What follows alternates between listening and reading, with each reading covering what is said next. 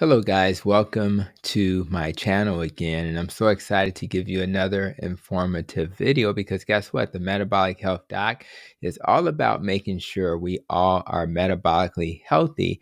And I had an interesting thing happen in clinic a couple of days ago. And I was literally talking to my patient, and I'm always advising my patients to think about the carbs they're consuming. And so I looked outside the window, and guess what? I saw someone walking towards our building from a sub sandwich restaurant. And it looked like they had probably a foot long sub and maybe a soda. Not sure if they had chips or not. And I said to the patient, let's look up the carbs for this typical sub sandwich. And we proposed that it may be a foot long turkey as an example, because so many people assume that that's a pretty healthy option. So lo and behold, we looked up the carb concentration or amount for a turkey footlong sandwich. And guess what we found? We found that that turkey footlong sandwich had 108 carbs. It just blew our minds. We couldn't believe it.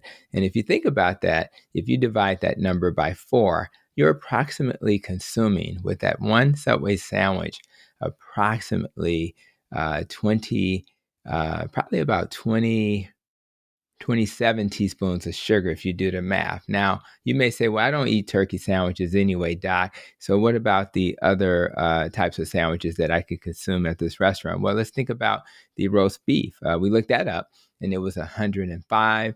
For the ham, it was 92 carbs. And for when you get a little healthier, you think you're getting healthier with the tuna. Well, that was at 89. And for the veggie delight, for those who are vegetarian, it was 88 carbs. So guess what? That's a lot of carbs. That's a lot of sugar, and your body deserves better. So, and that's not including the chips. Most chips have, anywhere from 20 to 25 carbs.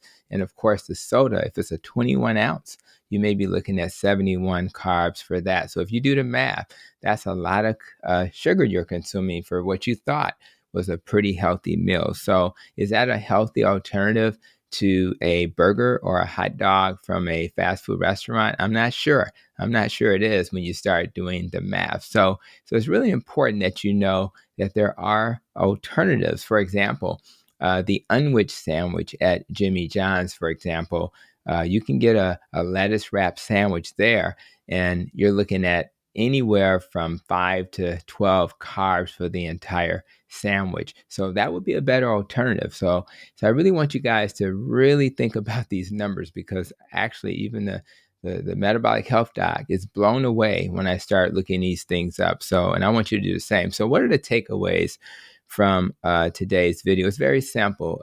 The warning that this video is giving you, that there are hidden carbs in many of the foods that you thought were healthy. So you won't know that they're there unless you do the math. So whenever you have an opportunity to look up the carbs, do that. And whenever you get that number, divide that number by 4.